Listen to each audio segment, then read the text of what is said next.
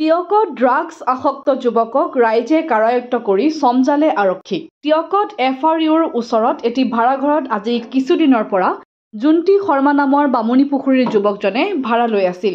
দিনে নিশাই সন্দেহজনক যুৱকৰ উক্ত ঘৰটোলৈ আগমনক লৈ সন্দেহ কৰিছিল স্থানীয় ৰাইজে। আজি হাতে লুটে ল'ৰাজনক কৰায়ত্ব কৰি আৰক্ষীক চমজাই দিয়ে ৰাইজে। কৰায়ত্ব কৰাৰ সময়ত হাতত চিৰিঞ্জ উদ্ধাৰ কৰিছে ৰাইজে।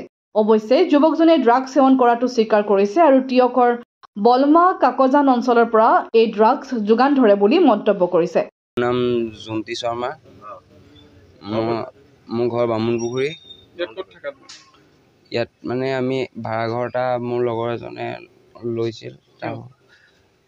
তেওঁ জানিব কিয় লৈছিল, কাৰণ ময়ো মানে থাকিম বুলি ভাবিছিলোঁ আৰু তেওঁলোকৰ ধাবা এখন আছে, তাতে বোলো কাম কৰিম এনেকৈ বুলি আহিছিলোঁ।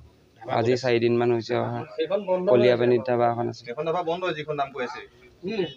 সেইখন তাতে কাম কৰিবলৈ কাৰণে আহিছিলোঁ। লোৱাটো হয় বাৰু, কিন্তু মই বিকা মেলা এইবিলাক নকৰোঁ। এই ধৰক কাকজানতো পায়, তাৰপিছতে আৰু আছে সেইফালে ল'ৰা তেনেকৈ দিয়ে, আনি খাওঁ। গুডু বুলি কয় কাকজানৰ, দিয়ে এনেকৈ ফোন কৰিলে দিয়ে য'ত ত'ত। তেনেকৈ ইউজাৰ আছে আৰু লগৰ ফাৰহান পাৰ্থ। আজি মোৰ 6 বছৰ মানেই হৈ গ'ল। মই এৰিব পৰা নাই, মোৰ ড্ৰাগছৰ কবলত পৰি এইবিলাক বেয়া কাম কৰি আছোঁ। ফাৰহান হ'ব, পাৰ্থ তেনেকুৱা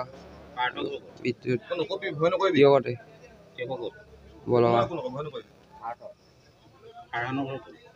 তাতে পইচা আৰু এনেকৈ আৰু ধৰক ঘৰৰ পৰা লওঁ বা এই ড্ৰাগছৰ কবলত পৰি আৰু যি টি কৰিবলগীয়া হৈছে আৰু বেয়া কাম হ'লেও আৰু পইচা পাতি ধৰক ঘৰৰ পৰা নিদিলে দম চম দিয়া তেনেকুৱা বেয়া অৱস্থা হৈছেগৈ আৰু মানে নিচাটো নাখালে থাকিব নোৱাৰোঁ ন, গা বেয়া কৰে, তাৰপিছত কি কৰি পাওঁ নিজেও গম নাপাওঁ। News desk report Teok.